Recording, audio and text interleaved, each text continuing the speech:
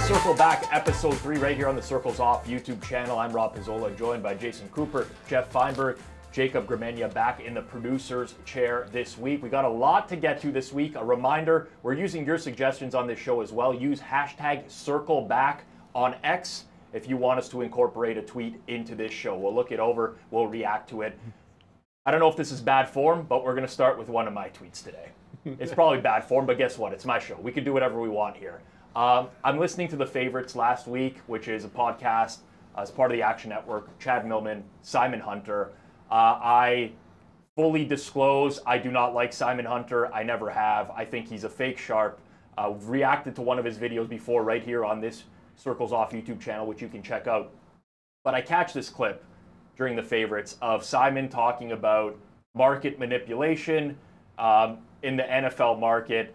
It's a load of bullshit is basically what it is. He really has no idea what he's talking about. So I am just irrationally upset listening to this because I'm a pro bettor myself, and I don't like when other people misrepresent themselves as having knowledge that they don't have in the space. I think it's extremely dangerous.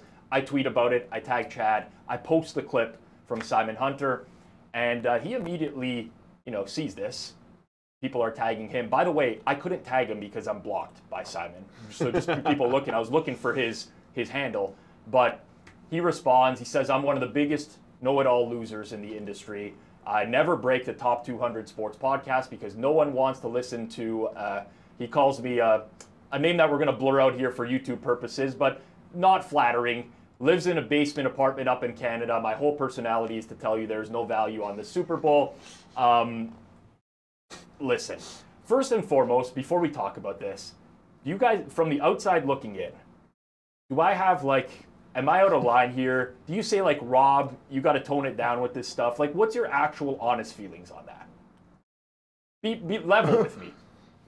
I mean, okay, objectively, you don't like Simon. Yes. So there are times where it's oh man, I know Rob's. And you're not the only one. Rob's cooking up the hate watch here, the takes are coming. That's fine, but I've known you what I feel like is almost 15 years now. I know you're a pro bettor. I know how you, not all your secrets, but a lot of things. And I know you to be honest and reliable and trustworthy. So to me, you are a fair representation of what a pro bettor is. And then I see a lot of weird try-hard moments from Simon because he's maybe representing Action or thinks his platform's big. He has to make himself feel like something he isn't. But to answer your question, yeah, you've got it out for Simon, but I wouldn't want Rob to have it out for me, especially if you're a phony. Because Rob, I've worked with Rob, I've worked in news pits with Rob, I've worked in content with Rob. If he, he could be doing investigative journalism if he wanted, and he'd be cracking the case. So if Rob's got it out for you and thinks you're a phony, there is not a, unless you sort of answer some of the claims, there's not a fun way out for you, I think. And I think what you're doing is fair because it's not like Simon is a small account, 1,000 followers, only has a couple hundred listens across all his channels. They are one of, if not the biggest Square sports betting podcast in the space, and a lot of people listen to them. So they have the platform where they're misrepresenting themselves. And Jeff has a great golden rule. He doesn't like to punch down, and you're not doing that here. You're punching up. You may have more followers than him, which probably pisses him the fuck off, but you are still punching up because his reach is still very wide. It's still a punch up. Or a punch even. Oh, they have a much bigger podcast. Yes. The platform, it's not almost about followers. I mean, yes, when you're having the argument on Twitter X, it can be favorable to you because you have more followers, but his platforms are exponentially bigger than yours. So it is not, it is, I still consider it a fair and balanced punch up. And that's kind of my rule. You don't want to, you do want to punch up. I don't want to sort of break down the content of it. You do a really good job. I almost just want to take issue with the insult itself. He is just checking generic boxes. And that's what bothers me.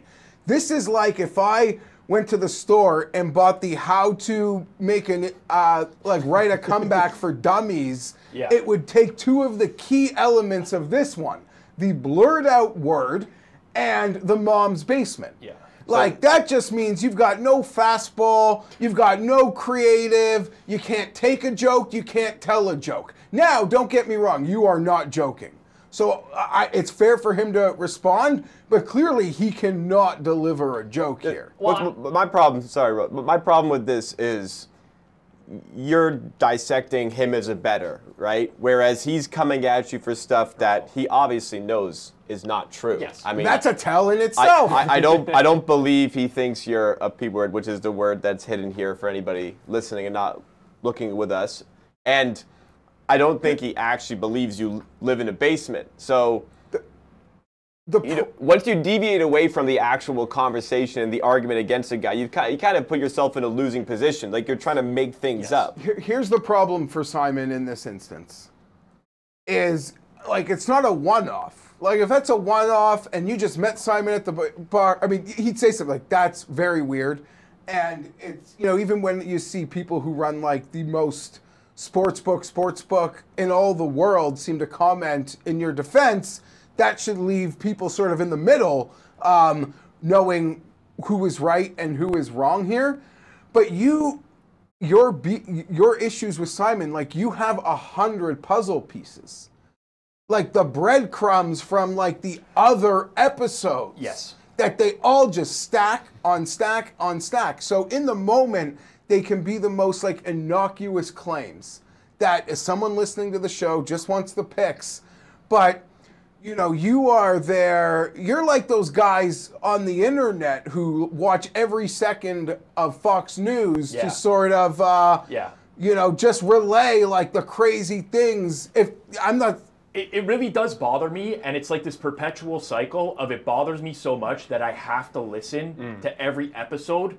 I can't explain it. You have to build your database. You do. Here's a few things that bother me. So Simon deleted this tweet, by the way, about 10 minutes after it was posted for obvious reasons. I mean, listen, I'm not going to sue the guy for libel or something like that, but you know, I'm not going. Well, maybe I will, you know, and then we'll donate the money to charity, can turn some it into responsible content. gaming sort of stuff or something like that. But you know, if someone comes after me, which happens all the time, by the way, on Twitter, for a take that I have, I then try to defend the take, is what my immediate response is. Like, if I'm calling you out for a bad take, in this case, talking about market manipulation, he should come out and defend that take rather than taking a personal shot. That's what I'm saying. That was the point I was trying to make. You know, so that's the thing. Now, a lot of people don't understand or may not understand why this stuff bothers me so much. And I've been pretty open about this before, but we have a new audience here on Circle Back. There's a lot of you watching for the first time. Make sure you're subscribed here on the Circles Off channel if you are.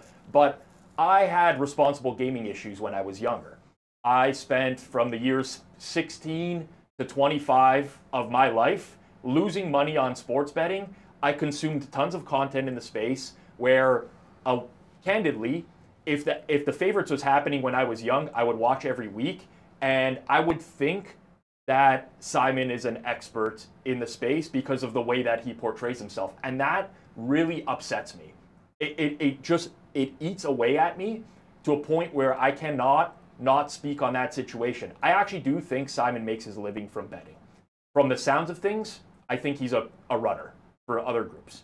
It seems like he's close to Atlantic City. He goes and bets on other people's behalf. People are sending him bets, which he's then relaying as his own personal bets, and he's trying to like fill in the gaps that his knowledge base doesn't have. And it's extremely upset. Just be honest with like Joey Knish is a runner. He's very open about that. We've done an episode on Circles Off about him jamming kiosks. He doesn't lie to people. He's very open with what his knowledge is in the space and where the knowledge gaps are. And to me, that's like the most important part of content creation. Well, now it's almost like he's got to keep up with the lies he's told his father-in-law. Yeah. Like, you've met this girl, she's great. The first time you met the parents, you told a lie about what you did, about how much money you made, about how good you are. In this case, Chad can play the role of the father-in-law. Yeah. So now it's time. They want to get married. They want to move. They get a new house, and like, well, based on the job he told the father-in-law has, he should be able to do it. Yeah.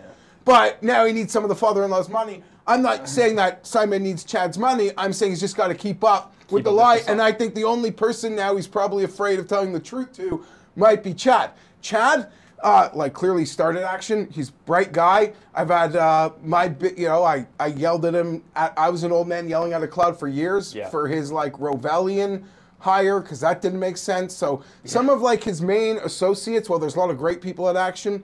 There've been some other ones, but hey, that happens. I want to defend in one weird way, Simon.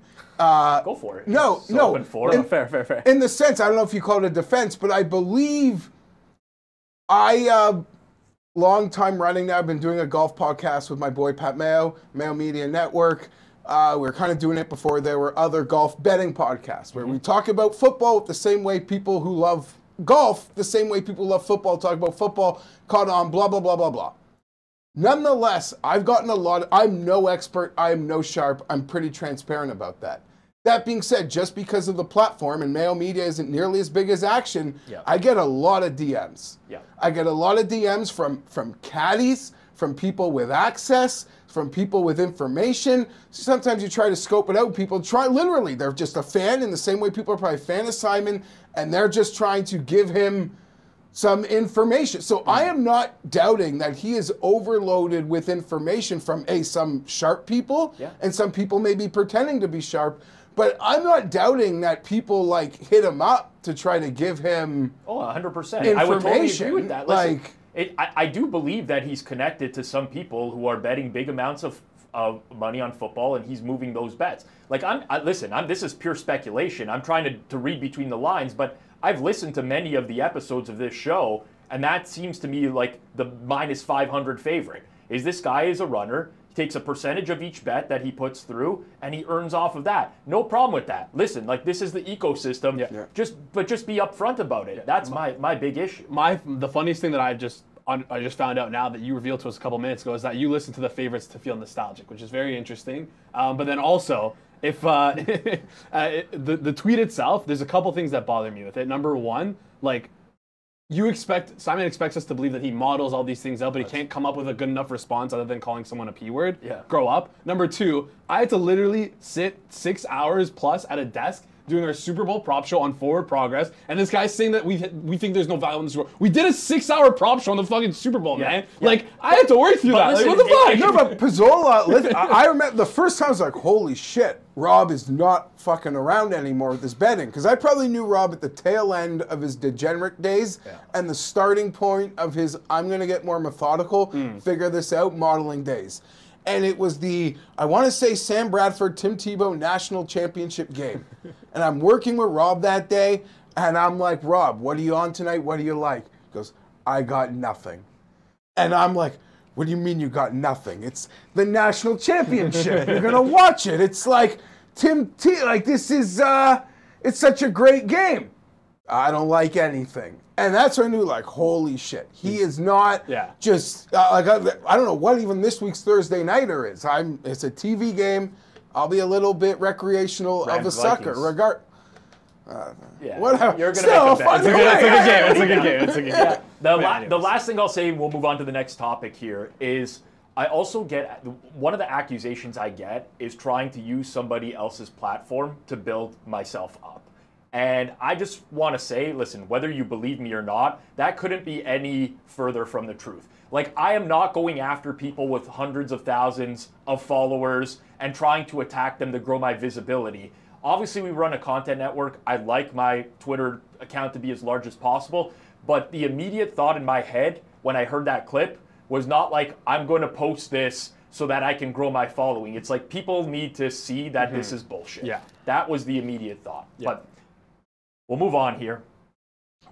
Court Sports 0, Courtney. Was this the, Ben the Better. Ben the Better, OnlyFans. The 10K challenge. The 10K challenge with Ben the Better. Okay. You're telling me people are betting on Bub Means, Devon Vele tonight? 1-800-GAMBLER. This was Thursday Night Football last week. So Jeff wants the background story here. No, I want the OnlyFans background story. Yeah, she gives pics on OnlyFans. Okay, that's all. Yeah, it's just, you can't like just drop OnlyFans. Be like, no, she went head to head in a competition on gambling Twitter with Ben the Better before and lost, and then didn't pay the amount that she lost. She like completely reneged on. Maybe the deal. She like paid it off in nudes. I don't want to speculate. A 10K wager. It was 10K wager. Also, Ben the Better is not a trustworthy source Yeah, of so information. I So was nobody really That knows could have been another side of the story. what happened anywhere. For sure. Great point, Jacob. Great I mean, for bringing that up. This happens a lot, where the 1-800-GAMBLER, by the way, responsible gaming number. Call that if you're in the U.S. and you have any issues with responsible gaming. But people view uncertainty in the market as, especially when they're, let's just say, not as nuanced in sports betting, as like you have to be a degenerate to be betting this game. You need to be a degenerate in order to bet this, because there's no possible way anyone that's not a degenerate would bet on this stuff. And this kind of stuff drives me up the wall. Like, you look at the line movement in that game on player props, on the spread. Denver went from like a short favorite. They closed -3 in the game. Significant movement. Like, there are edges to be had in all games, but especially the games where there's guys like Bub Means and Devon Vele getting significant time. Like, I don't know why it's so hard for people to understand that. Yeah, no, it's just crazy to me, because it's also, this is the assertion of, like, I guess Court is just thinking that she can only bet overs on these guys, and that's what she's talking about here. But there is, like, on a lot of websites, you can bet what's called an under. So if there's a listed total, you can bet below it if you feel like they're not going to do that well, if you feel like they're nobodies. But again, there's so much, like, variance. Like, Cedric Wilson scored a touchdown. If you were able to see that maybe Wilson was going to be the guy getting all the targets, I think he was, like, 4th or 5th on the board for all the Saints guys. So it's like, that would have been a great bet to place. And, like, I would never want to bet on Cedric Wilson, but in a game like this, when they have their 2 top receivers out, that's the game you do it. Yeah. I mean, this is a, firstly, there's no bigger, like, spread here between how Courtney thinks and how, like, the true sharp gambler thinks. Because that Thursday night game, to your point, Rob, any person who even, like, dabbles as a pro bettor, I know, pretends to be a pro bettor or is a pro bettor, knew that that game represented levels of variance, which meant not only should you be playing those guys, but you should have been playing alt lines on those guys 100%. at even the bigger numbers. And this is almost like fantasy bros culture. Yeah. Where, like, these guys aren't in the fantasy league, therefore we don't bet on them. Right. Maybe. Like, we only bet on guys who, like, that sort of element of player, anything under that, you're grasping at straws. These sorts of games are the sorts of times where I feel like even being a hardcore fanboy can do you wonders. Yeah. Well, like having a true instinct of where that injury lies, who's next man up, all sorts of things. Just, I remember last week we were talking, the Chargers had an injury at running back, Gus Edwards, and you mentioned to me Darius Davis carries. This guy. And I'm like, that's just genius. Like, that is. Don't call him a genius. Don't let it get to his No, head. but that He goes like, already too high. Like, right away, it's like you see how easy that game script goes right to that guy getting 2 freaking carries. Yeah. So this is just the biggest cross between, like, people who bet for a living and casual is this sort of tweet. Well, I would say it's also, like, I know what you're trying to say here, Jeff, but I'm going to somewhat disagree with you here, because this is the perfect opportunity for casual bettors, for, like, those guys who are deep. They can't see it. No, but if, like, you're deep into fantasy and then you can see it, that's where the opportunity arises. Like, for me personally, like, I knew about Devon Veal because I saw in week 1 he had, like, Vele. I'm going to pronounce everyone's name wrong. You know him, but you can't pronounce his name. Exactly. Well, hey, I don't need to pronounce his name to bet on him, right? Yeah, it's true. 100%. You know how many names I've butchered in my lifetime? That's exactly. He got 8 targets coming out the gate week 1, got hurt, was out for the next 4 weeks. And then I saw him. I'm like, oh, this guy is going to get some work. So it's like this is a derivative of the tweet that bothers me the most every year. And it comes out in March, usually around MLB spring training, where some beat reporter for a team or some national baseball writer puts out some sort of tweet about how you're a degenerate if you bet on spring training baseball. It happens in NBA preseason, NHL preseason. These are, uncertainty can work in your favor. When the books don't know and other people in the market are also taking guesses, that's an advantage to you. How you get MLB spring training games where you have a full major league lineup, give or take a few players, against an A-ball lineup. And you can bet that as like a pick 'em because the book opened it at a price. it moves to like minus 250. There's insane moves on these games.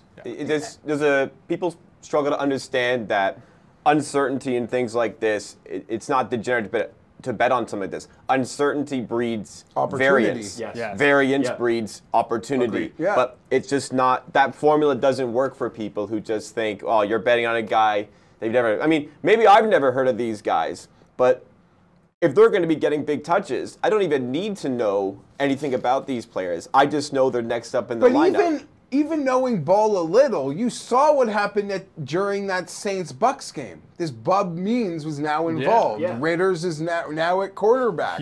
But just take some educated guesses. And also the variance and the uncertainty creates a marketplace in the sports books where they don't, as you mentioned, Rob, they don't know where to set the, like you get a game, Chiefs 49ers, there's going to be no question about where the line is. There's going to be consistency in the marketplace. Yeah. That allows you to play multiple sides of the same guy. Yep, agreed. We'll move on to the next one here. Turn in the pot. This was sent to me on DMs, and it's not really a tweet, but I didn't know this was happening.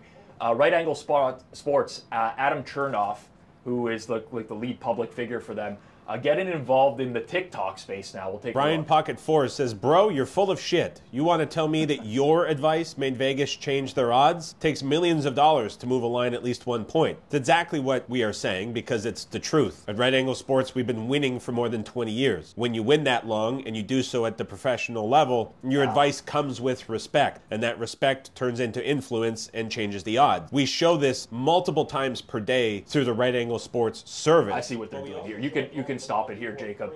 Okay, so Chernoff is very big on, over the years, my biggest criticism of Chernoff would be like he changes his mind really quickly on ideas. He goes from doing one thing to in like 2 months later trying something else out. So they're going to do TikTok now, which YouTube has like deprioritized shorts right now. A lot of people are doing TikTok and Instagram content at this point. It's challenging because you can get a lot of these commenters right now who are like the sports betting TikTok guys who think they know everything about sports betting. I could see this being like a real uphill battle, but maybe this is like a good way to generate. Listen, this is a promo. This is a promo for Right Angle Sports, Absolutely. But it's done in a way where he's kind of actually explaining how things happen in the marketplace. I just don't know. I mean, I'll give him credit. He didn't lose his cool. He was composed. Like obviously, comments like this would frustrate him. I'm sure he's used to seeing stuff like this, but he was composed and just explained it and explained Right Angle Sports. But also, like as much as Right Angle Sports is respected and whatnot, like they're not respected in the TikTok community. Well, no, obviously not. But you don't need to be betting millions of dollars to move a line. Well, like, that too. You can bet $10 can move a line if it's the right bettor who's betting on something. If your profile is such, like I'm not claiming to be a pro bettor, and this rarely happens, but there's been occasions where I'm betting less than $50, and a line is moving as soon as I bet it. Right? That's a conversation for another day as to whether or not you should be betting the $50 bet if you're moving the line, but we could talk about that later. What's your I move the line the other way, I've noticed. I'm making bets at a certain book. Are you? If this is a real story, we need to talk off air because if you can fake the number at a book. I think I can. This is real. Let's run a this test. isn't like Simon Hunter market manipulation. Yeah. This is real market manipulation. I think they're seeing me come in and they're like, we're going against them. This guy. I mean it. And I'm such a sucker. I'm that guy like you just, I'll like my own pride, I'll go right back in again. Yeah. I'll go right back in like, again. Oh, you want to really move it against me? I give you a better number. Yeah. I'll double click.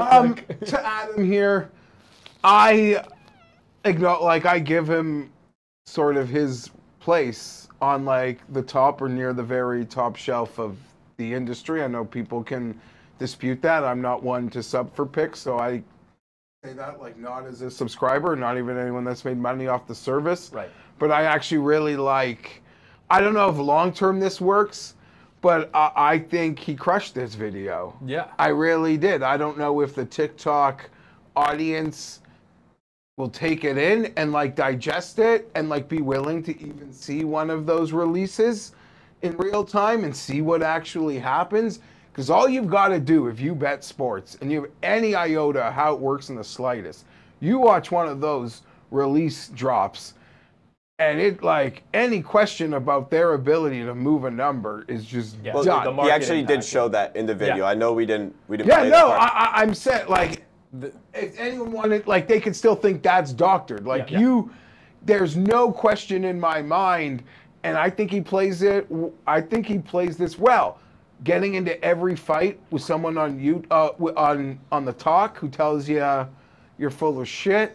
That sounds exhausting. But when you're as good as I don't want to like speak out of turn because it sound like I'm promoting for them. No, yeah. But if they're as listen, good as their like reputation They definitely is, move the line. then you're happy to like repost this every time someone talks shit about you. If we're talking about pure content, first of all, you gotta not like thumbs down the comment when you screenshot it. Like I agree. Undo the thumbs down screenshot, then slap the thumbs down. But then also on top of this, I think this is great content if you're trying to grow because listen, we know that the TikTok audience is not gonna be does not believe in this stuff, right? So even if you're converting 1% of the person, it's good. But the 99% that doesn't like it, guess what? They're going to be commenting on it. They're going to be watching the full thing through. And they're going to be saying, this guy's an idiot. He doesn't know what he's talking about. But guess what? Every time somebody watches something and says, this guy's an idiot, and comments on it, it increases your growth and it increases your reach. It's just it's the same thing as with you with the favorites. You like to hate watch them. I don't hate comment. You don't hate I draw comment? the line. Yes. I draw the line on hate commenting.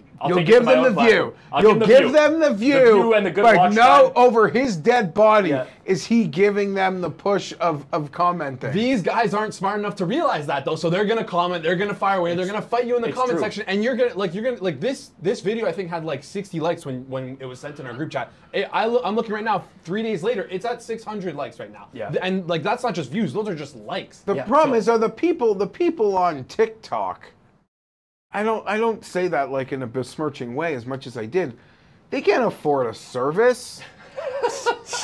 You'd Like, be they're surprised. No, you'd be surprised. No, I know many there's kids money making money on No, TikTok. I know there's money to be made on TikTok. I mean the people who are like watching and fight, like they're not at the point in their gambling journey where they want to pay a service. They're at Well, the I don't know point- that they want to pay the prices of right. They're at the point in the service where they think, you know ball. I know ball. Like that. But like I said, if it's worth 1% or you convert, I don't. I disagree slightly.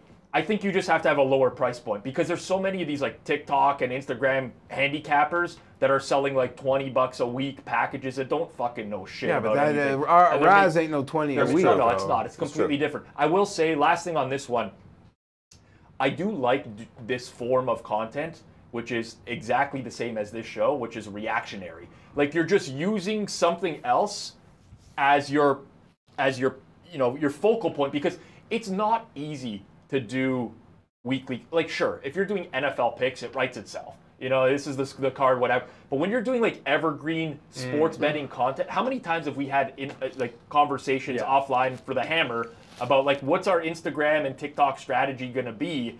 It's just like we're going to do trivia and It's hard to make evergreen content, that's good.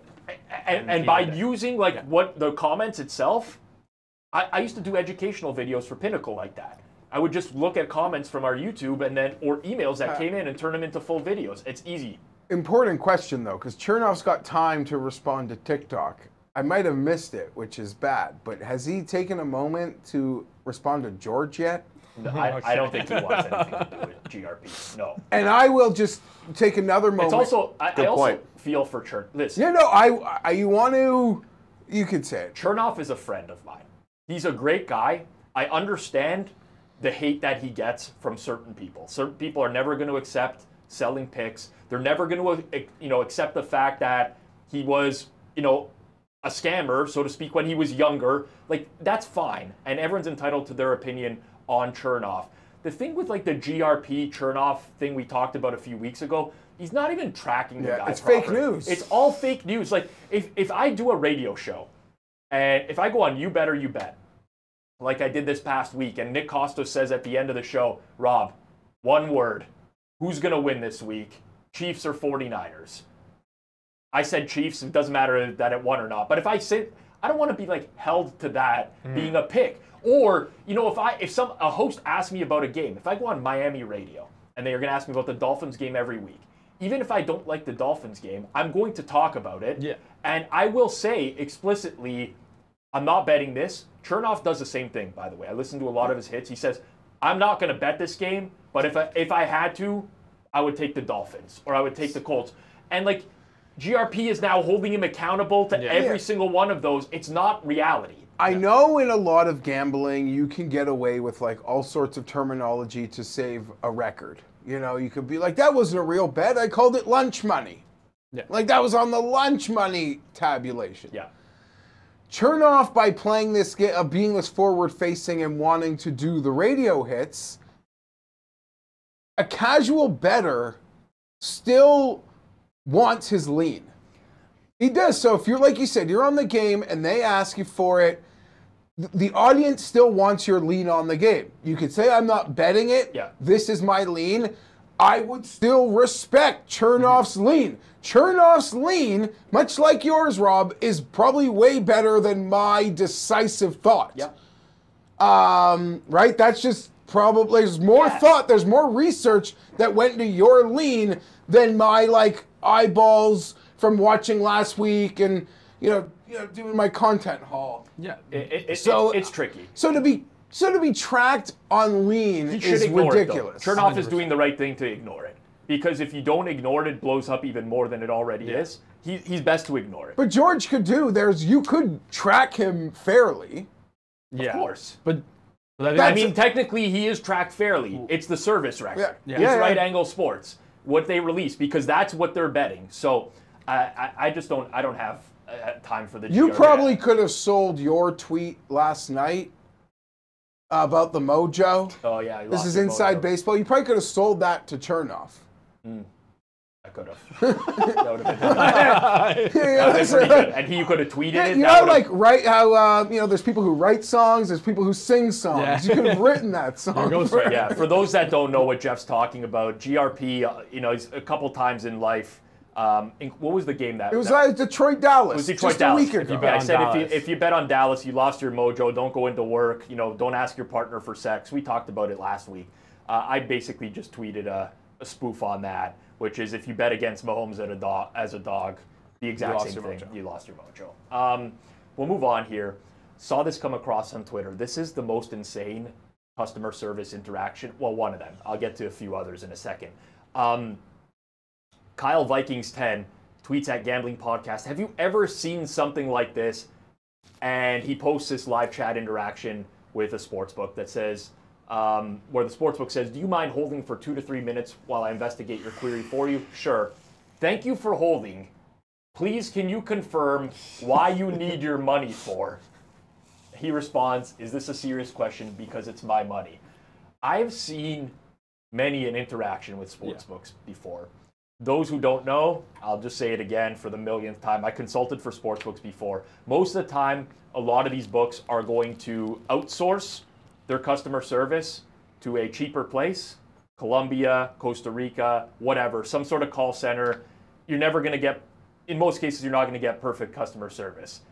But I don't think I've ever seen someone ask, why do you need your money? This is crazy because this is, I assume that Kyle is in a legal state where, I assume this is a legal sports book in a legal state or province or wherever he is.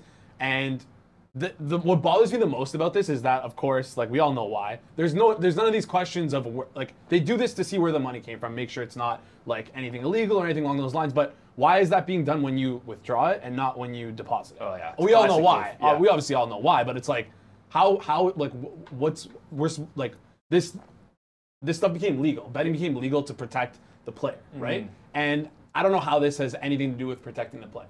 This has nothing to do with it. I've been kicked off this book. Wow. You must have hit a big golf outright or something. And I wish my interactions with their customers, I wish there was a transcript for posterity purposes of how these guys deal with it. Yeah, and I think there's such a great book too, which makes it suck. Because the interface, fantastic. I'm sorry, I don't care to name the book. Anyone who bets should just be familiar, I think, with I'm this. sure you've had troubles with their. But it's like with drawing money they'll from let them. for a casual, like they'll let you do whatever you want. They'll Yeah. let you parlay anything. Yeah. They give options. It's a really good book. Sometimes when you're out and about in town here, Rob, you can watch the games. I know. Yeah.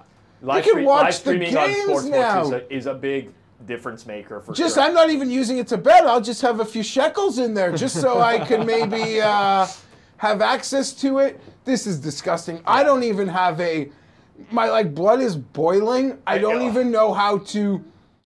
If you think I mangle and mush my words together, I would just I wouldn't even know how to go about responding to this. I probably would have done the exact same thing that Kyle did, but I have a larger following. Like, if a sportsbook ever asked me to confirm why I need my money, I'm sorry that interaction is now I going don't on even Twitter think- because this is an absolute. I don't joke. even think they're allowed to ask me to see my bank statement. And if they do, we're done.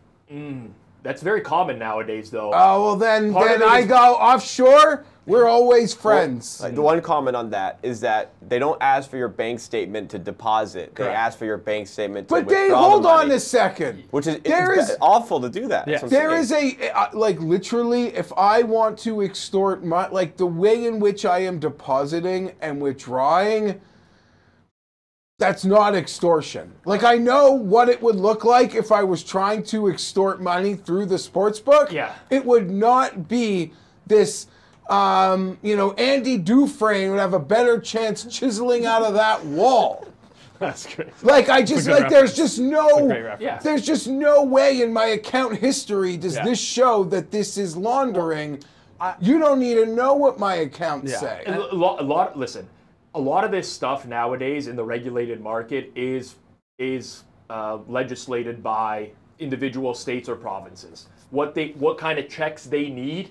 Now, whether or not they should have to do it on deposit or withdrawal, Yeah. that's a different story. Obviously, sportsbooks Prove my are identity. businesses. You They- can ask me for my job. Yeah. There's a lot of fair and balanced things that I believe you're allowed, you're entitled for. Don't ask me why I need my money. Yeah. Do not ask me what this money is for, why I need it. That is none of your goddamn business. They don't ask you at the liquor store what this, What do you need alcohol for? What do you need? What do you need to boost for? Are you buying this for? Well, buying this for actually, yourself? they- How quickly do you plan on drinking Well, that maybe they bottle? could because if it's for somebody else, then Yeah, there's a but- problem. But I get the point. My problem is though, like you said, Jacob, is that you can they don't ask for you when you deposit. I know friends who literally they have Apple Pay set up with this sports book Yeah. where they can just double click their phone and they can throw as much Yeah. money as you can into it. But Very it's quickly. a 3, 4, 5 day, 2 week, 3 week, 4 week process to get it out. Like, I know we talk about gambling within our means. You should never be putting in too much money into your sportsbook where you can't handle. Yeah. Like, you should treat that as money you don't have anymore. But again, like it's sad to see. I would never. So for me, it sucks. First and foremost, again, I think these problems should be solved at the regulatory level Absolutely. and not the individual sportsbook level, because you let them do this kind of stuff and it happens. There should be SLAs with each customer, service level agreements, where if you request a deposit, you will get your deposit within X amount of time, Yes. and they should be forced to deliver on that, Yes. period.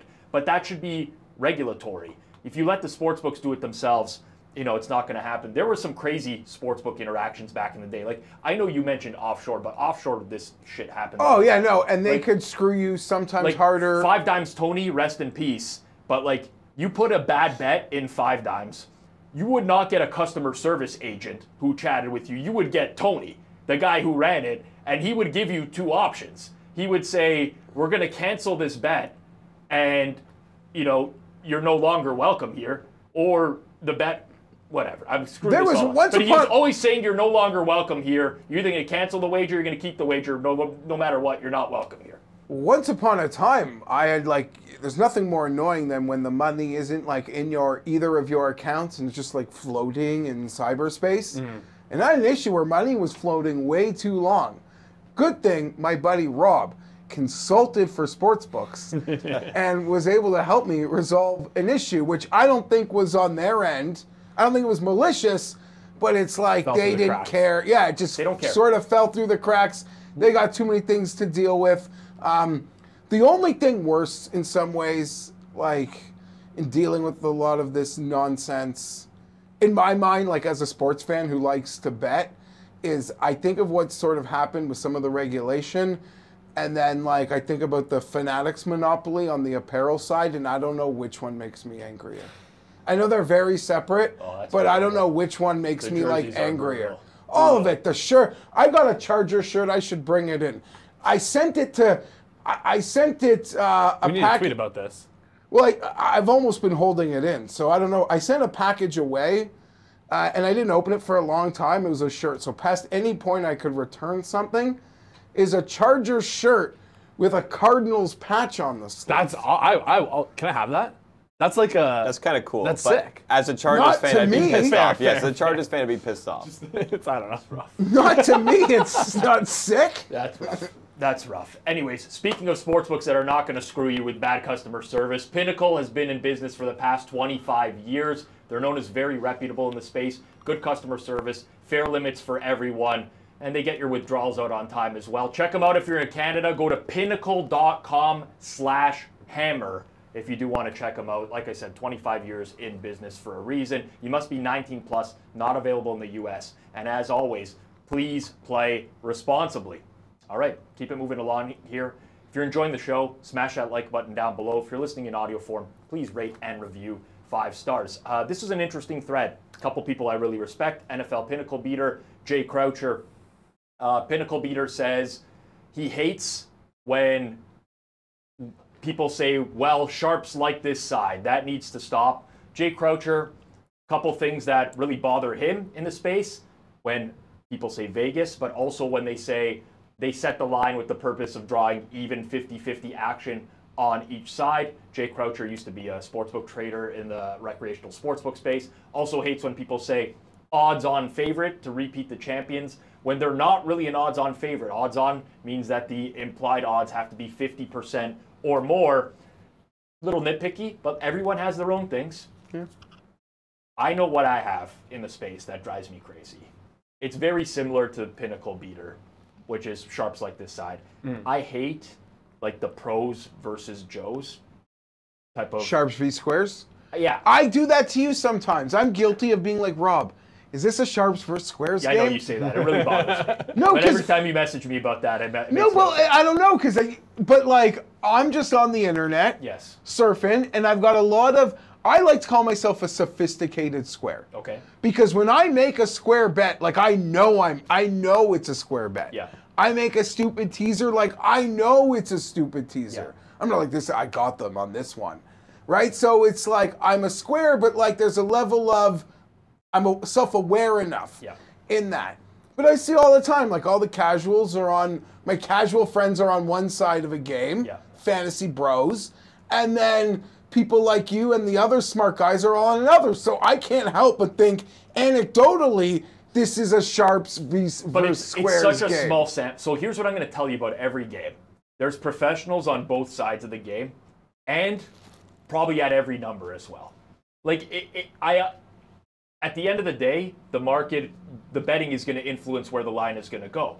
But you're not going to have a single game ever where it's just all the pros are piling in on one side. There's always going to be professional money on the other side as well. Like, it's going to happen. The same with the Joes. Yeah. You might say, okay, 80% of the public, whatever public splits you want to, is on this side in the game, but there's other people that are on the other side. Like, it's so irrelevant to the entire conversation, is my whole point. Like, completely irrelevant for the millionth time.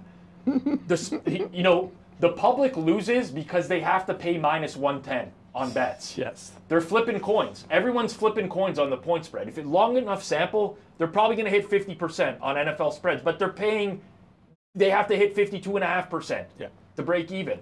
That's why. And then they do stupid stuff like they parlay and they tease like the dumbest numbers. They tease totals. They do everything that they're going to do. Never done that. I'm not saying you. No, I'm saying I do some dumb things with totals. Yeah. Yeah, no, those. But like that's the reason that people lose in the long run. It's not like this like, oh, everybody's lined up on this side, it's gonna lose. I mean, look at the last 2 weeks of the NFL. The quote unquote public side.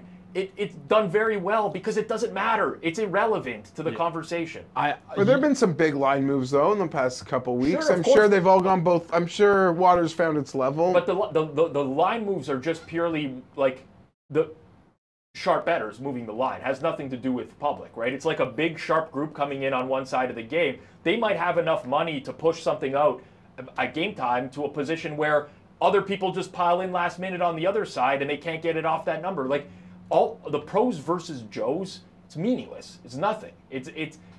I hate it. I honestly hate it because all the people always be like, "Oh, the pros are on this," and it's like I don't actually know. I want to just say one thing about that. Yeah. I believe most people who say it, like myself, it's just strictly anecdotal. Yeah. It's two-pronged.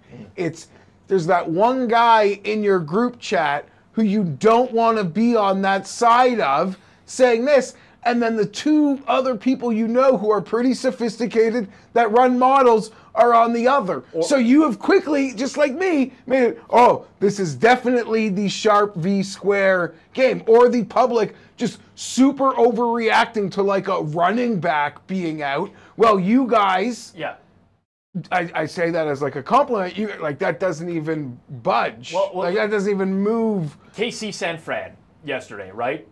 I'll tell you, I interact with a lot of other professional bettors. There's such thing that goes on that's called crossing in the betting space, where if you don't want to pay vig on a game, let's say me and you, Jeff, like opposite sides of the game, we'll bet with each other rather than betting directly through a sports book. So I interact with tons of groups because I'm always looking to get the best price.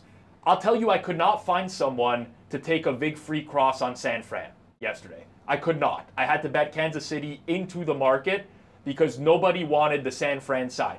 Yet, all the public was on San Fran. The line moved out one way because one big group bet it out, and people just view that as gospel. They're like, oh, the KC is square. I'll tell you right now, the people that I interact with, they win in the long run. A lot of them. No one wanted San Fran in that game. That's just one example. And whether or not KC or San Fran. So that's not a sharps versus squares game? There might have been a sharp on the 49ers, but how you just said that to me, that screamed sharps versus squares. No. In what sense? In that you couldn't find anyone in your circle to want to bet the other side of it. Yeah, but that's like, I'm talking to like 10 people. You know how many people bet into market? Obviously, I'm aware. But your 10 people is worth X.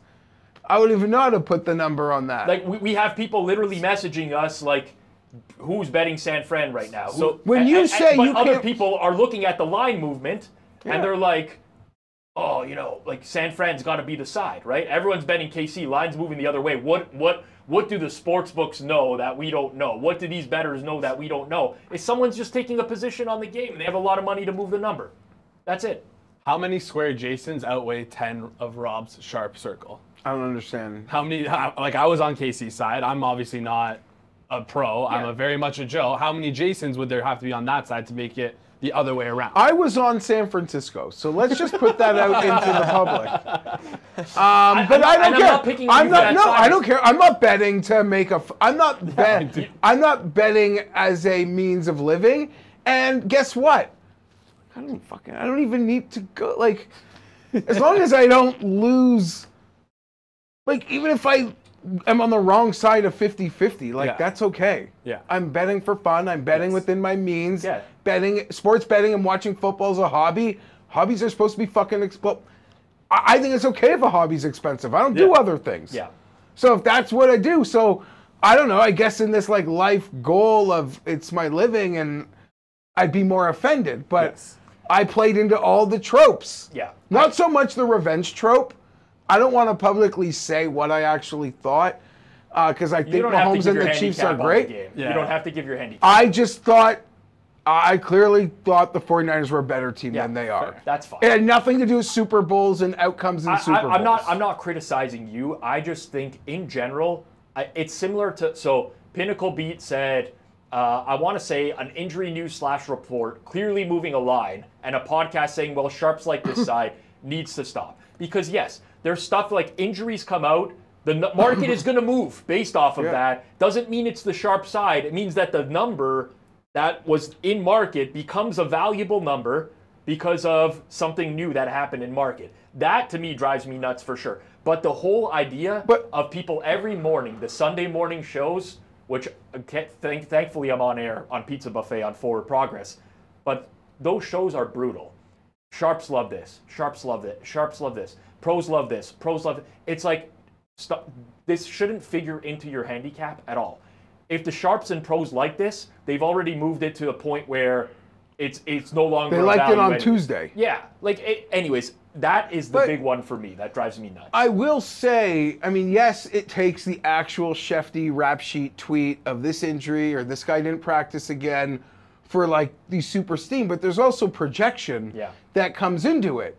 You get a sense of maybe what the injury is. Like there's some doctor bots who are better than other doctor bots, but just on the case of just the game tonight, there's a Chargers-Arizona game. Once you're willing to be, you have a very strong lean that Marvin Harrison will clear protocol and play. Yeah. You're willing to bet on it before it becomes official anyway. At a different number. So like what, it's the same. I bet the over in that game. I bet the over in that game in the Chargers-Arizona purely because I felt Marvin Harrison Jr. was going to All signs pointed to it. You didn't need the official declaration. Correct. From I want to get out ahead of market. It then moves. I'm not betting the over anymore. Yeah. It's very clear that I like that side because of some positive injury news that was going to happen. So it could lose, but like. This is just semantics, but in these cases, is it just sharps or like dudes following the league all day who bet? Well, I mean, they would be sharp if they're doing that. If someone's following news all day and they're betting based off of that, that constitutes being sharp, in my opinion. That's one of the easiest foolproof ways to get an edge, following news. Like it's the easiest of all the ways to gain an edge. And that showed itself very clear. It's easy to say after the fact, but in the last week's Broncos-Saints game. Sure. That's another You saw the injury. They were just there. You knew that line couldn't. Injury information comes out. Hitman You releases see Olave's head go off the turf, and they're playing on a Thursday. You know how this modern. I'm not even saying he shouldn't have played. He actually could not even possibly play. Yeah, you know how the modern. You knew Olave was out and Patrick Surtain was out because you need 5 days to clear concussion protocol. They could not. So play. Right there, you have information that's like not being declared by the thing, but there's hard information you can make your bets on. Yeah, totally agree. We'll move on here. Parlays greater than straight. I think this has an accompanying video, but Jeff Nadeau, who I've really come around on in recent. I had a lot of beef with Jeff Nadeau in the past. He tweets, "God, I fucking hate these people." And this is the video he's referring to. Parlays are the most profitable sports betting strategy out there. Here's why. Look at this chart right here for the year of 2024. Look at the record. Now, a casual sports bettor is going to look at that and be like, oh my God, you suck. You've lost over 2,000 more bets than you've won. However, look at the ROI and look at the profit. Quickly, I love analytical.betting. Like a great analytical.betting. Great TikTok name to sucker in all those idiots who comment on RAS. Anyway, sorry, keep going. No, it's a good one. I already... Continue on, and I'm going to have some thoughts on this. I could tell you already within 15 seconds I'm irritated. 50% ROI with 18.4 units of profit. Here's why parlays are just better. Here was one we hit this weekend. We hit a 3-leg parlay. It was an 8x play. I only put $30 on this play and turned it into $242. Now my straight betting unit size is $100. So yes, in theory, all these hit. Great, I make a lot of money. But I'm only making $60 more for triple the risk. If I did the same thing here, I'm down over 2 units because of the juice. However, just because I parlayed it, I'm only down $30, which is about a quarter of a unit for me. Parlay betting is so slept on and it's extremely profitable, and I'm tired of all these old heads telling you it's not. If you guys want every parlay I make, click the link. Oh yeah, of course. We got to the all package at the end. Before we say anything, parlay picks. betting is so slept on is the craziest statement on earth because it is literally the biggest way that sportsbook make money. Everyone I know parlays. Raise your hand right now if you know someone who doesn't parlay. Comment down below if you know someone who doesn't place any parlays ever in their life. That is the most common wager but for everyone, I would argue. Maybe not sharp people, but for the 90% of people betting at the sportsbooks, I would guess that majority of their plays are parlays. So no, they're not slept on. That is the worst take in this show's history. Yes. Okay, I want to say one thing before we get into this further. Parlays can be a very effective tool for bettors who know what they're doing. If you have an edge in sports betting, oftentimes if you're parlaying games or player props or whatever, you're compounding that edge, it can work. So there's a lot of material out there that says never parlay. I might have even done a video before geared towards recreational bettors that says don't parlay because you shouldn't if you're right.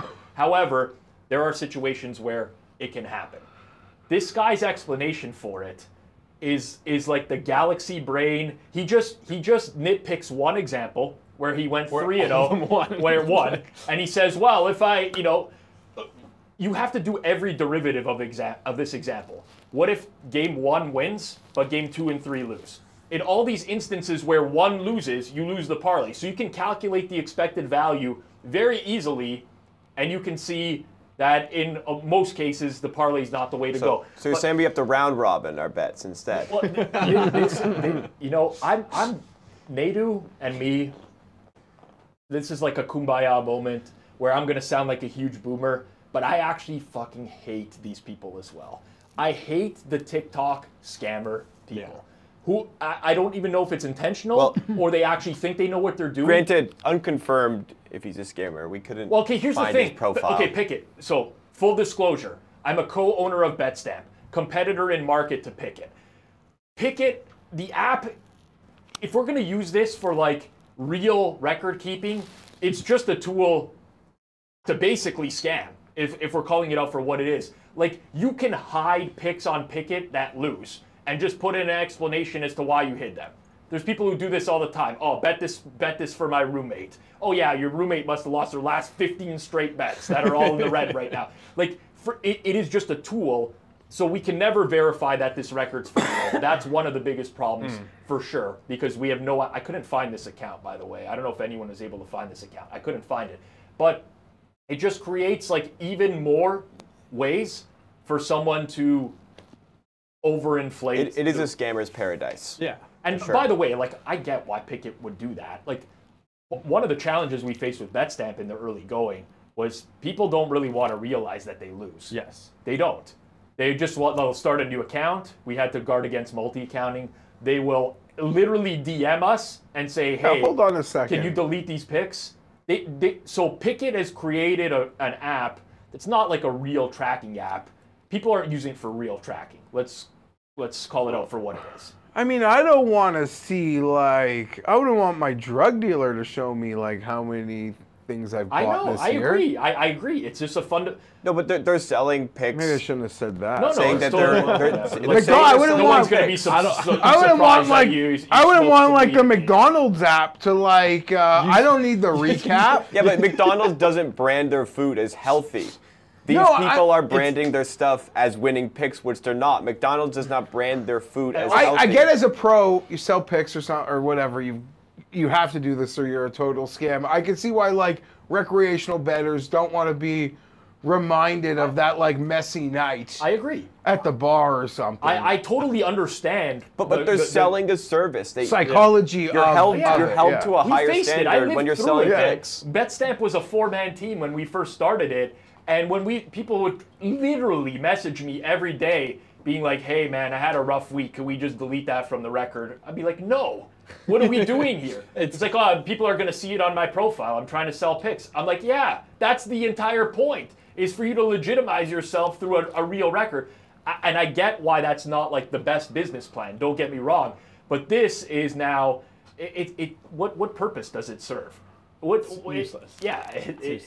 I mean, it serves the purpose of making yourself look like you're a much better. Great. I will, just to be diplomatic here. We cannot confirm or deny if this is a winning player, because if I go on this guy's Pickett page, there's like I couldn't find any bets. I don't even understand. Well, you can't even see the all-time bets. I have no idea how this all these works. things have been put into place to make the better feel better about themselves. And that's part of the problem, though, right? It's like, that's why it's not. I get it. Yeah. My actual response to this video would just be to quote tweet the moderator at the end of Billy Madison, who pretty much lets the whole room know they're dumber for every one of the listeners are now dumber for having to have sat through that video. Parlays can be better than straight bets if you're, compounding your edge. If they're correlated parlays where, all of the events in theory would happen if the game script goes in a certain direction that you're seeing. But the way he's wording it here is very It's just wrong. Also, it's just wrong.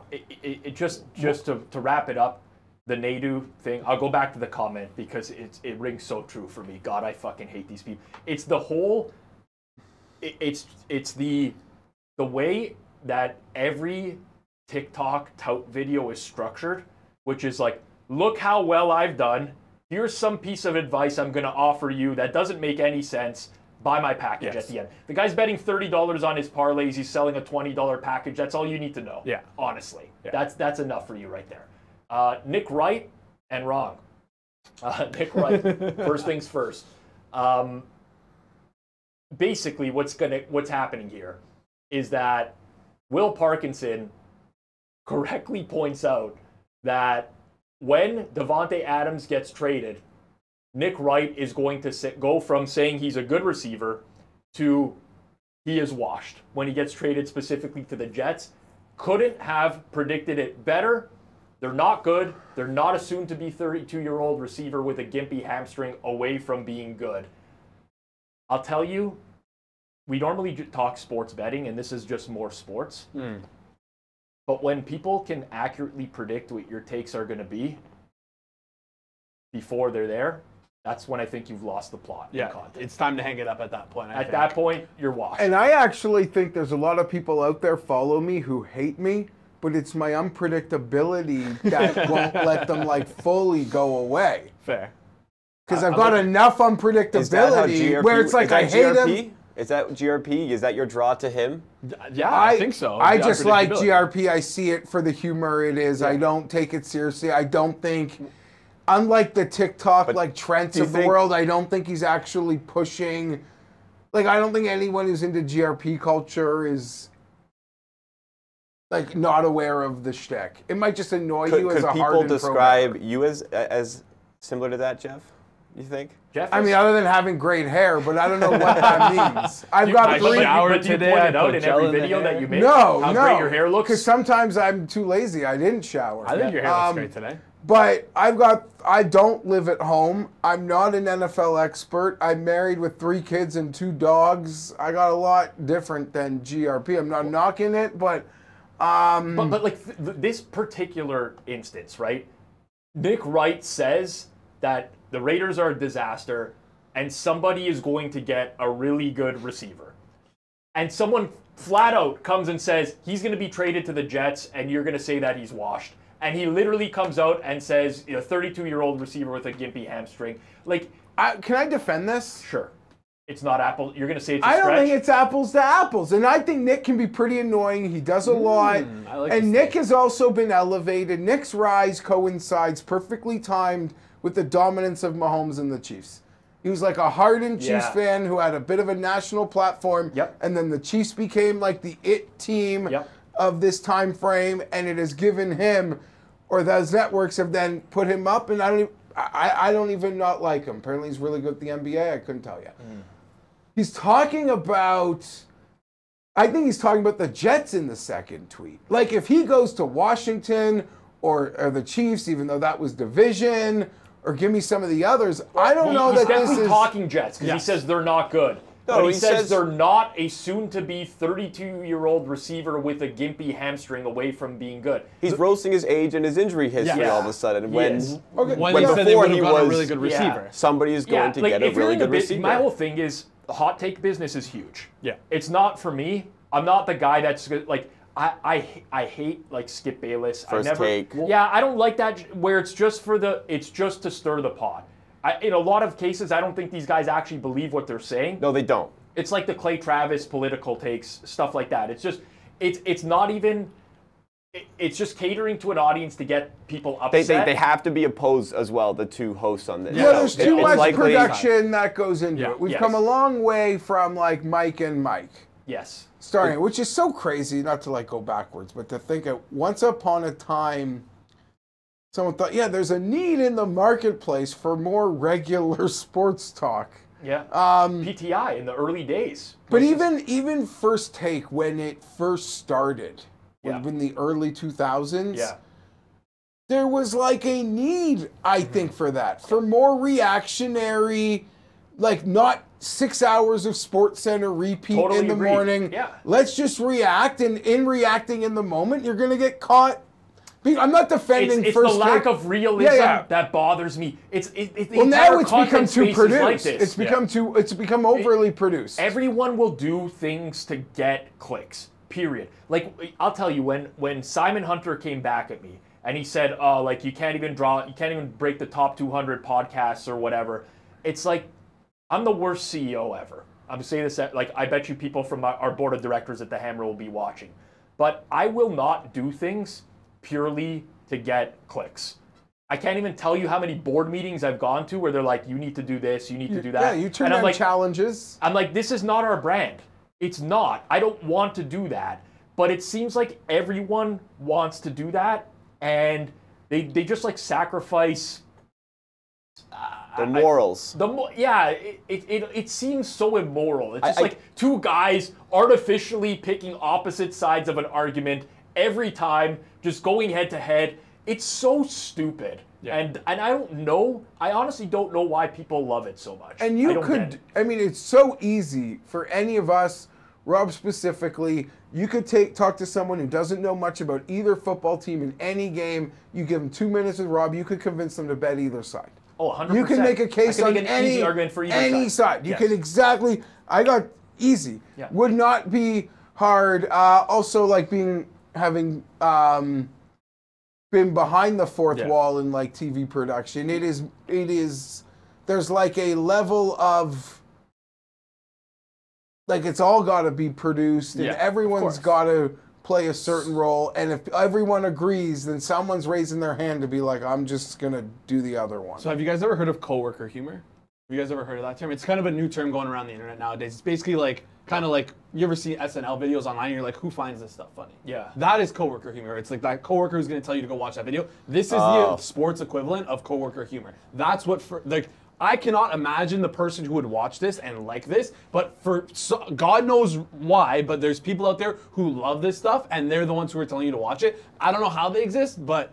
the numbers would show people aren't watching this stuff nearly as much as... Well, they're generating a lot of viral videos. Yeah, that's different than the TV ratings. Yes. But that's essentially the goal of the TV production now, is to generate the viral cut-ups and impressions. Yeah. But this is coworker humor sports edition. Yep, agreed. Walking investments, we had to include Taylor Mathis. Jason said he wouldn't do the show today if we didn't.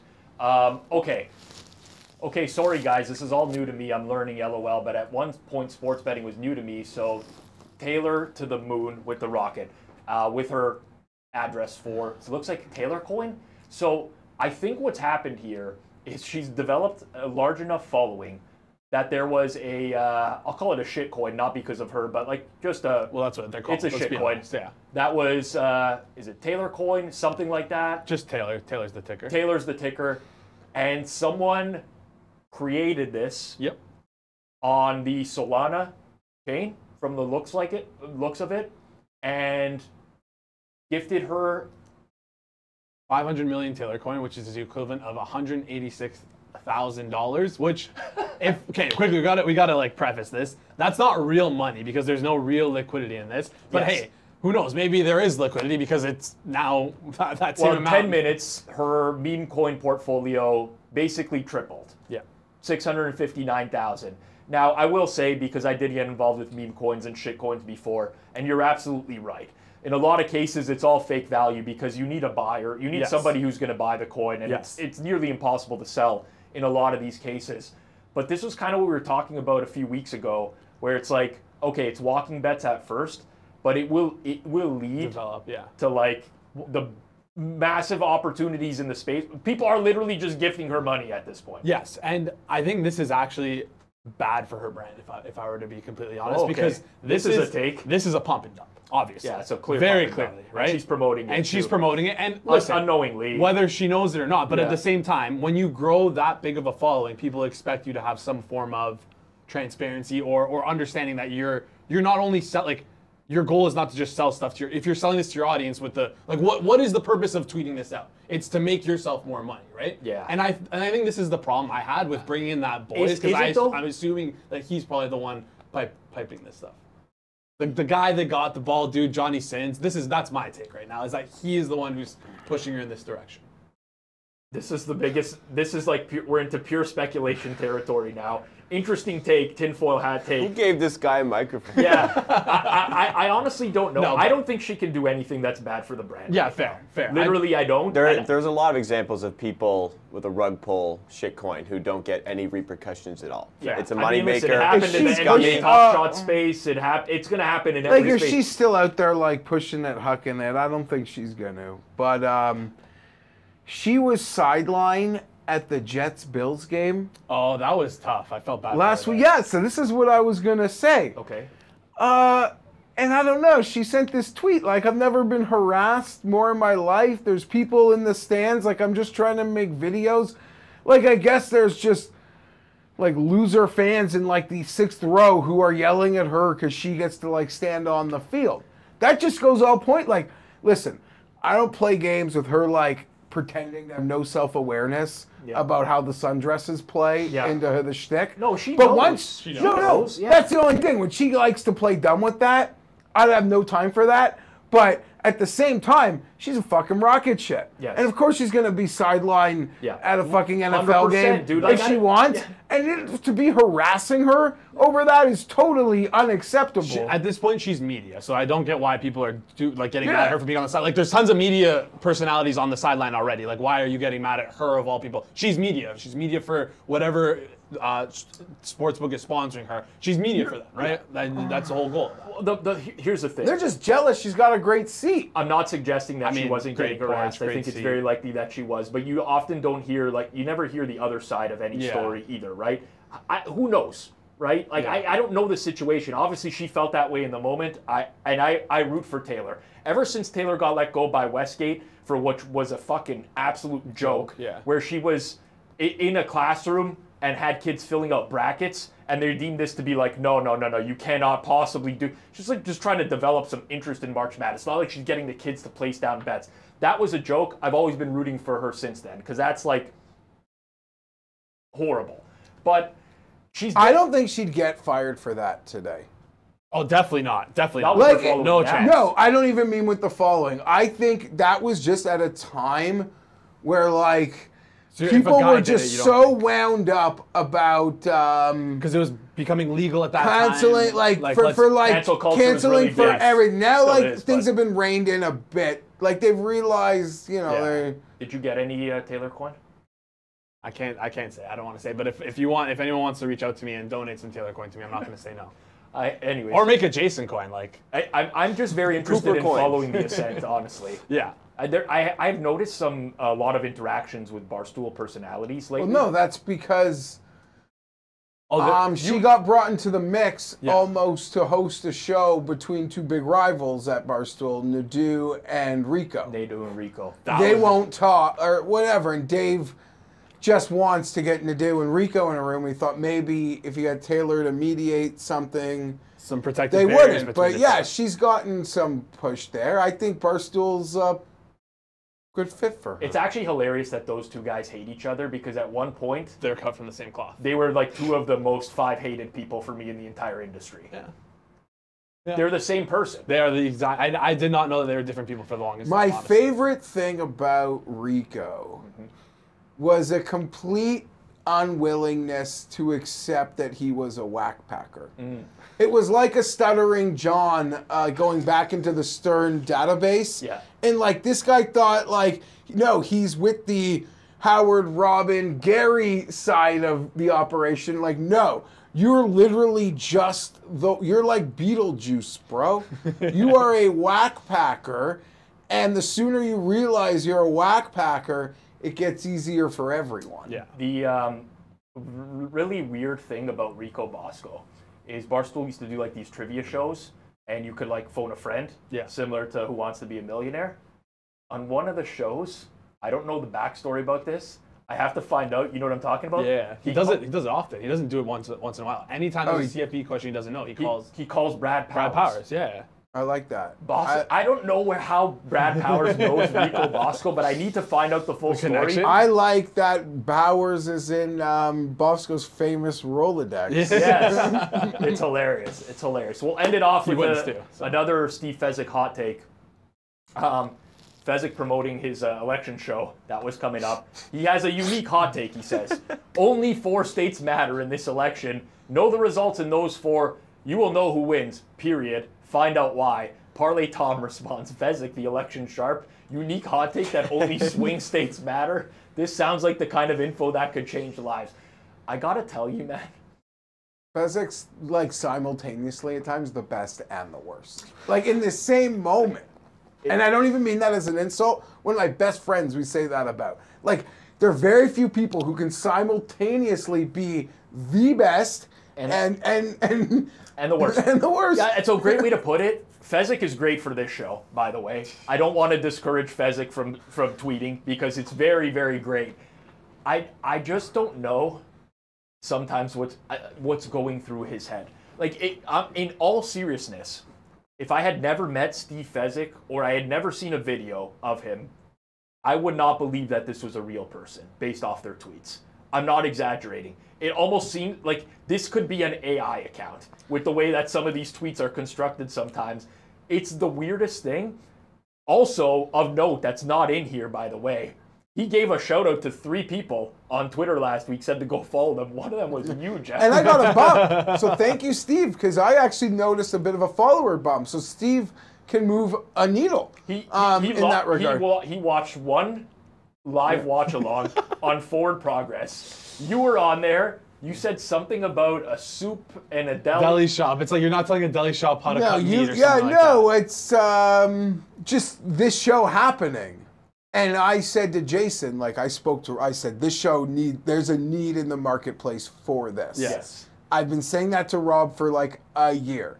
Jason turned that and like obviously trying to stir the pot or not was like Feinberg is like you're like I'm the reason this is happening. You incepted the idea. No, because it's such an he was obvious trying to create idea. a division between me and you. I know what he was trying to do, and he was trying to play us against He was producing. I was coming on. He wanted a Nadu Rico Bosco situation between me and you. And I'm like, listen, like pretending you invented the idea of like dudes or gals sitting around yucking about what other people are saying would be like walking into a deli and telling them that you invented the turkey sandwich. Yes. Walking into a pizzeria and being like, I invented putting toppings on a pizza. The what? Like, I just joke. That's a Sal Governale thing. Yes. But he loved that. He caught that on the watch along, and since then you've converted him into a huge Feinberg fan. And it was the dude we did the tweet, Gruden, last week, crying about people, like he gave a best bet and it lost, and people were crying. And I'm like, do you not know how this works? That's as dumb as going to McDonald's and asking to speak to the chef. Yes. Like, Steve loved that too. So yeah, I'm winning over Steve, and I've got some buddies who are big Steve fans who are loving that I'm winning over Steve. They actually want me to like make a connection because they want inroads with Steve, but I don't know. Well, this is all great. He's on a first name basis. He's calling him Steve. We're talking about him every week. But, you know, like everything is great for the brand for Steve. Right?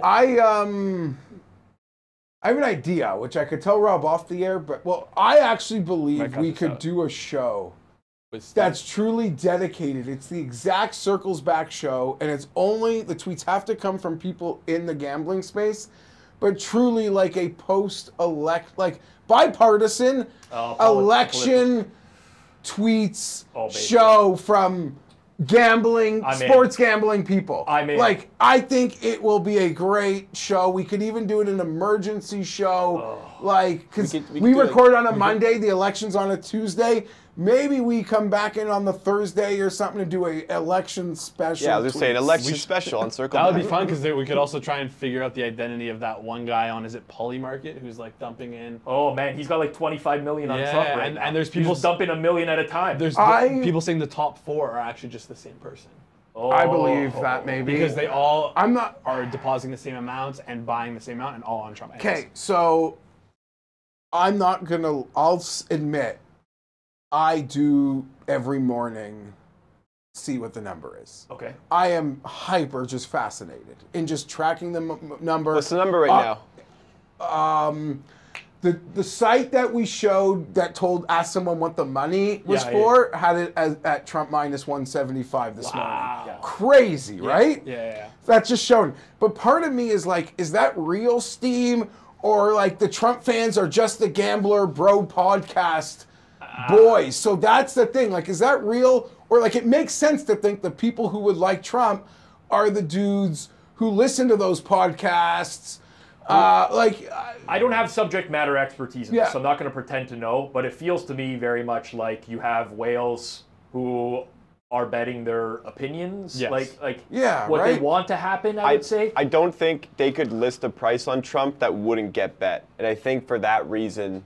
Well, I would also say people are just betting the steam. I think there's a lot of people who hate Trump and would be willing to bet a lot of money. So there's like the people who would just bet Floyd to lose fights. But there's residual effects too. Like this is a tinfoil hat now material that we're into here. But when Trump starts moving in the market towards favoring, moving up to minus 130, minus 150, you know what starts? Crypto starts to skyrocket. Yeah. The actual financial markets, they're up as well. Like, so they're just laundering money into Trump bets? Well, listen, I'm saying if you are rich, completely loaded, you can fire a couple $1 million into Trump bets, move the market, and have tens of millions of dollars in other financial sectors and reap huge benefits. Okay, yeah. So again, it's like a third hedge. time, market manipulation here. Yeah. But I do believe that that's a distinct possibility. I'm not an expert in financial markets. I'm not an expert in political markets. This is just me from the outside looking in saying this could theoretically happen. But it's very possible. I would say that's more likely than someone's modeled this out and has got like some sort of huge edge betting Trump. I think it could be a liability or thing. maybe he just watched Fezzik's show and he predicted the 4 states. So, you know what Fezzik's tweets got me thinking? Football games. Yeah. Okay. I'm listening.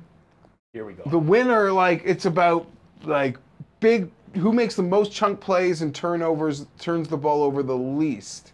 That's what matters. In a lot of instances, those would be highly predictive of success, yes.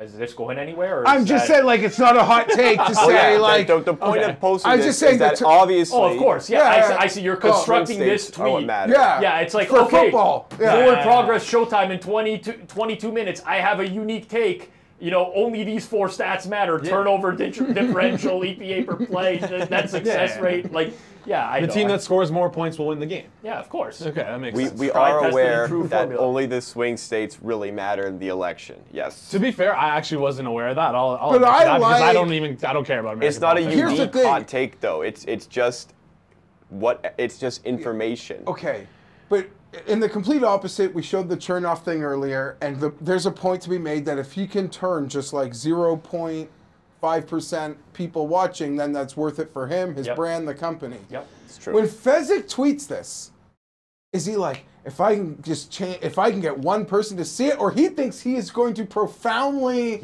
inform the public? I think is my question. I think the latter. Yeah. I actually think that he believes this is I don't think this is generated with the intention of causing a buzz. I believe he believes that this is a unique hot take. He's teaching like a square like me something. I'm gonna lean towards that maybe it might be. Because simply based off of the swimming bets, maybe Fezzik, I think is slowly becoming aware. Self-aware. Maybe he's secretly watching this show. I don't even know if he's watched this show yet, but maybe he's secretly watching this show, seeing the buzz he's generating and saying, hey, maybe I lean into that. He told me he caught a little bit of this show a few weeks ago. So he's definitely watching. So someone said to me, do you think this show will have people tweet less dumb things? I laughed so hard at them. I'm like, that is to be the dumbest thing I have ever heard. And here's why. They're going to double down. Do you think like real celebrities have done less dumb things because TMZs existed? No. Like the fact that there's someone at the airport, outside your dinner, hawking your car if you're in a scandal, outside your front gate. Has that stopped these like real celebrities from saying the dumbest things possible? It hasn't. So I am convinced some weeks will be better than others, but we will never not have a board. Summer will be a little bit tougher because there's less going on, but we are always going to have a board. Sometimes when there's less going on, it gets them big to people go stand off out. into, they become experts at things they're less experts at, and that actually can allow for more. Yeah, and I would say right now, if you want to comment down below, I'm setting the line at -190 that we get another Fezzik tweak next week. So what about well, T-Math? I mean, What's the line on T-Math? It could easily be manipulated. A tweet about I'm not taking Jacob action sets the lineup on every this, week. like, So A tweet about what? That's true. I'll any hammer. tweet, any I'll hammer. Fezzik tweet. We were 3 for 3 so far. And T-Math, I think, is 3 for 3. T-Math? Well, T-Math is like, Yeah. I mean, another level. yeah, she's got. Yeah. Honestly, Listen, we have It's to. like T-Swift, basically, Listen. of gambling Twitter. Here's the thing with Taylor. We have to. She is such a rocket ship that, like, we You don't have need the ship to. part. What? You don't need the ship part. Sure. But I mean, like, in anything, like, we have to attach even in the smallest way. Agreed? Yeah. Oh, I probably wouldn't have put that in this week. It was funny that I don't know. last week you were like, oh, we really had to shoehorn her in here, force feed it in here to get T-Math. The on bar show. is low So, for her to have to get it. It's also great It's for true. SEO. I'm going to be That's completely sorry. honest That's with you as well. I didn't have the right People are word. searching Taylor Mathis everywhere now. Sorry. It's low-hanging fruit. That's what I was trying to say, Yeah. but didn't have the right words. Yeah. And that she's the rocket ship right now, and we need to just. We're trying to, like, as she's shooting up, yeah. we're just trying to grab on and, like, here we're going to talk about this thing that's a rocket ship, a rocket. This is just standard content practice. Like, someone messaged us on Forward Progress this week, and they're like, why do you even do best bets? Why don't you just give out a bunch of bets over the course? I'm like, we have to do a best bet segment for algorithm purposes. Yes. For SEO. People are searching best bets. We have to do it. We have to call a segment best bets and talk about it and say those words in the show and put them in the outline, because that's a very commonly searched term. it Probably That's just the got content to. game. You probably got to make someone else says, like, rankings just to get that term in there. That's it. it'd be great to just title it Forward Progress NFL Betting Show, but Yeah. unfortunately, Just doesn't do the same amount. which is of why searches. we have to put Simon Hunter in the title of this episode. Bingo. That's Can't producer wait. Jacob's secret right there. This is another episode of Circle Back. If you enjoyed it, smash that like button down below. On the Circles Off channel this week, if you enjoy hockey betting, or even if you don't and you want to learn something about hockey betting, stay tuned. Thursday, 4 p.m. Eastern. We got so many sports on this week on Circles Off. Appreciate all of you out there. We'll be back next week. Peace out.